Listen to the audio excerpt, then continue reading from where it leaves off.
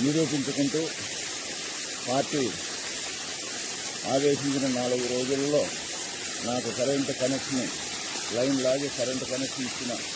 ఇచ్చేలా చేసిన చంద్రబాబు నాయుడు గారికి, నారా లోకేష్ గారికి, అచ్చెన్నాయుడు గారికి, గల్లి బాబ్జీ గారికి, కొండపల్లి శ్రీనివాస్ గారికి పేరు పేరున పాదాభివందనం కృతజ్ఞతలు తెలుపుకుంటూ తెలుగుదేశం పార్టీ కార్యకర్తలకు, మిగతా మంత్రివర్గానికి, సామాన్య కార్యకర్తకు కూడా మేము అండగా ఉంటామని చంద్రబాబు నాయుడు గారు, నారా లోకేష్ గారు మంత్రివర్గం నిరూపించుకుని ప్రతి కార్యకర్తను రైతు నష్టపోకుండా చూడాలనే ధ్యేయంతో పనిచేస్తున్న తెలుగుదేశం పార్టీని,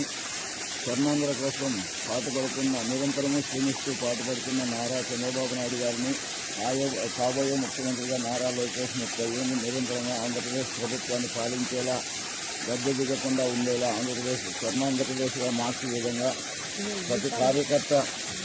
కార్యకర్త పాటుపడాలని నిరంతరము కోరుకుంటూ